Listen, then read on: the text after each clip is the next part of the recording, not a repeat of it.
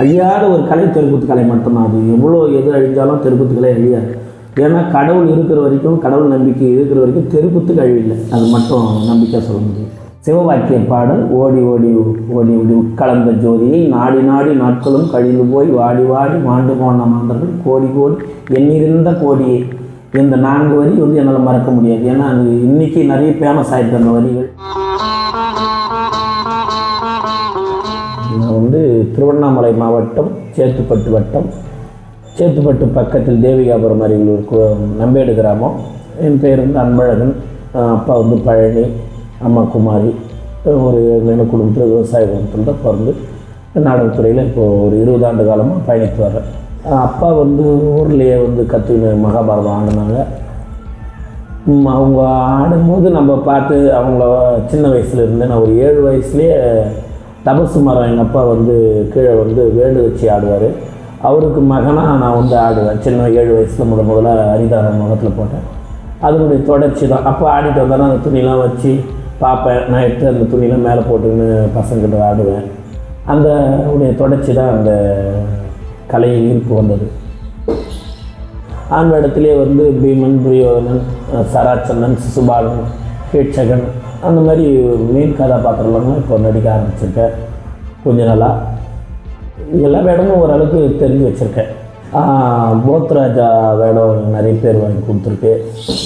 சகுனி வேடம், துயில் நாடகத்தில் சகுனி வேடம் தான் முதல் பேர் வாங்கி கொடுத்துருக்கு. அடுத்தது போத்ராஜா. அரவான் வேடம்னா எனக்கு இப்போது உலகம் ஃபுல்லாக மக்கள் தொலைக்காட்சியில் ஒளிபரப்பானது. அதுலேருந்து அரவான் வேடம் ரொம்ப பேர் வாங்கி கொடுத்தது. கொஞ்சம் கஷ்டம்தான் கம்பெனி ஓட்டுறது இந்த காலகட்டத்தில். அதுவும் ஆண் நடிகரை கொண்டு வந்துடலாம். பெண் நடிகர் இந்த காலகட்டத்தில் ரொம்ப கஷ்டம். பெண் நடிகர் உருவாகலை இப்போது இருக்கிற காலகட்டத்தில். காரணம், பெண் வேஷம் போட்டோம்னா நம்மளுக்கு பொண்ணு கொடுக்க மாட்டேங்கிறாங்க, நம்மளை ஒதுக்குறாங்க.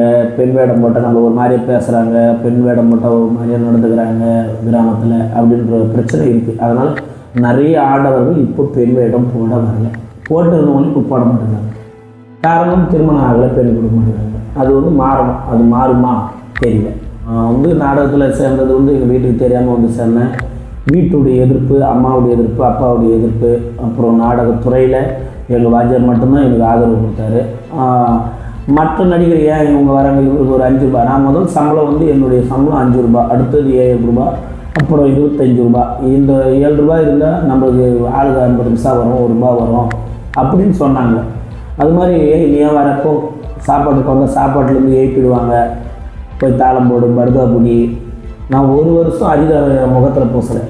கம்பெனியில் சேர்ந்து 1 வருஷம் அரிதாரம் என் முகத்தில் பூசாமல் நிறைய ஏக்கங்களோடு இருந்தேன்.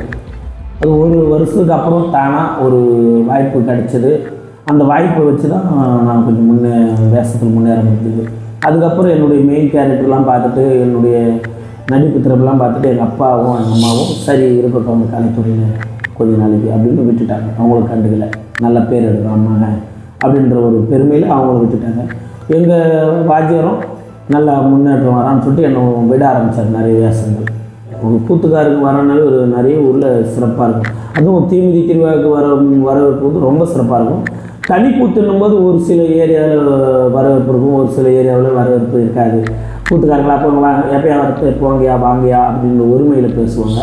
அதையும் கண்டு கொள்ளாமல் அப்படியே நாங்கள் அந்த வந்தோம். சரி என்ன பண்ணுறது, வந்துட்டோம், வந்த கலைக்கு எதனா ஒன்று இன்றைக்கி இரவு எப்படியாவது ஓட்டிகிட்டு போயிடுவோம் அப்படின்ற மாதிரி இருக்கும். ஆனால் மகாபாரத கூத்து நடக்கும்போது நல்ல மரியாதை, ஊர் ஆளுங்க வாங்க சாப்பிடுங்க, எங்கள் வீட்டுக்கு வாங்க சாப்பிடுங்க, என்ன சாப்பிட்றீங்க அப்போ நல்ல மரியாதை கொடுப்பாங்க. அதெல்லாம் குறையே இருக்காது, நல்ல சிறப்பாக கொடுப்பாங்க. எந்த காலத்தையும் அழியாத ஒரு கலை தெருக்கூத்து கலை மட்டும்தான். அது எவ்வளோ எது அழிஞ்சாலும் தெருக்கூத்து கலை அழியாது.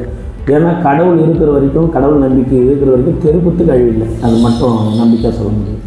இந்த மரம் இருக்கக்கூடிய ஒரு வாய்ப்பு நம்மளுக்கு கிடைக்குமான சிறு வயது 7 வயதில் எனக்கு ஏற்பட்ட ஆசை. அந்த தபசு மரத்தால் நான் பல இழந்திருக்கேன். அதாவது சில விஷயங்களை இழந்திருக்கேன். அதனால் நிறைய ஆசைகளை விட்டு நான் தபசு மரம் ஏற நிகழ்ச்சிக்காக நான் என்னை தயார்படுத்திக்கிறேன்.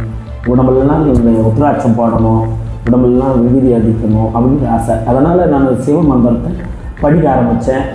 தேவாரம், திருப்புகழ்.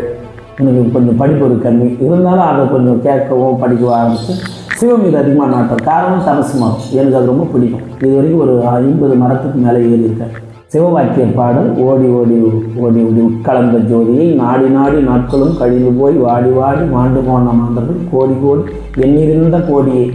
இந்த 4 வரி என்னால் மறக்க முடியாது. ஏன்னா அது இன்றைக்கி நிறைய ஃபேமஸ் ஆகிட்டு அந்த வரிகள் ரொம்ப மகிழ்ச்சியாக இருக்குது. நான் முதல் பாடின அந்த பாட்டை எனக்கு நான் பாடமிட்டு அதனால் இப்போ அது நிறைய ஃபேமஸாக இருக்குது. ரொம்ப மகிழ்ச்சி. எனக்கு சிவன் ரொம்ப பிடிக்கும். அதனால் தபசு மரம் எங்கே யார் ஆடினாலும் போய் பார்ப்பேன் பக்கத்தில் வாய்ப்பு இருந்தால். அதை நான் தவிர்க்க மாட்டேன். என் உயிர் உள்ளவரை தபசு மரம் ஏற நிகழ்ச்சி நான் கலந்துக்கணும்னு நினைக்கிறேன். இந்த கலையை விட்டு நான் பிரியலான்னு நினைக்கும் போது கூட எனக்கு இந்த தபசு மரத்தால் தான் இந்த கலையில் கூட இப்போ இருக்கேன் அப்படின்னு உண்மையை சொல்லிக்கலாம்.